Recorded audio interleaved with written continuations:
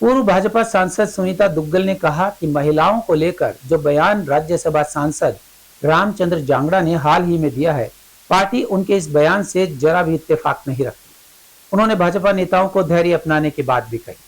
उन्होंने कहा कि पहलगांव हमले में पीड़ित महिलाओं को कायर व कमजोर कहना उनके निजी विचार हो सकते हैं, यह पार्टी का विचार नहीं है। यह बात उन्होंने भिवानी में पत्रकार वार्ता के दौरान उस समय कही जब वे 11 जून को कबीर साहिब के प्रकट उत्सव दिवस का न्योता देने के लिए कार्यकर्ताओं के बीच पहुंची। भाजपा की पूर्व सांसद सुनीता दुग्गल ने कहा कि 11 जून को कबीर प्रकट उत्सव दिवस को सिरसा में राज्य स्तर पर धूमधाम से मनाया जाएगा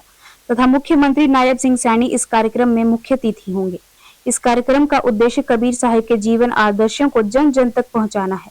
इस मौके पर डीएससी समाज उन्हें भाजपा सरकार द्वारा दिए गए आरक्षण के लिए धन्यवाद भी प्रकट करेगा तथा समाज की मुख्य मांगों का एक मांग पत्र भी मुख्यमंत्री के नाम सौंपा जाएगा।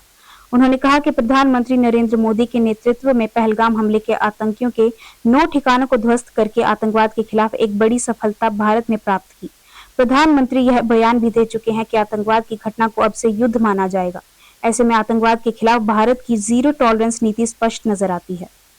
आज यहाँ पर हमारे आने का मकसद ये है कि 11 जून को कबीर साहब का प्रगट उत्सव जो है वो सिरसा की धरती पर हम लोग मना रहे हैं और माननीय मुख्यमंत्री जी उसमें मुख्य अतिथि के तौर पर रहेंगे। जैसा कि आप सब लोगों को मालूम भी है कि हमारी भारतीय जनता पार्टी की सरकार जो है इन्होंने एक मुहिम स्टार्ट की कि जितने भी हमारे महापुरुष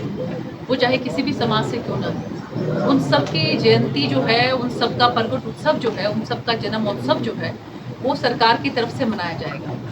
सरकार जो है उसमें सब खर्चा करेगी और धूमधाम के साथ उस जयंती को मनाया जाएगा ताकि हमारे महापुरुष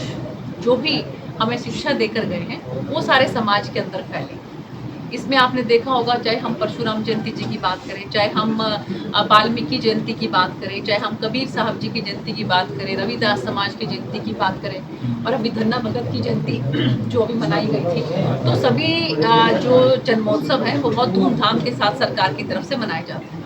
उसी कड़ी में पूरे, क्योंकि ये राज्य स्तरीय कार्यक्रम है और पूरे हरियाणा के अंदर जितने भी जिले हैं वहाँ पर हम सब जगह पर जाकर वहाँ पर पूरे समाज को इसमें एकत्रित कर रहे हैं और उनके अंदर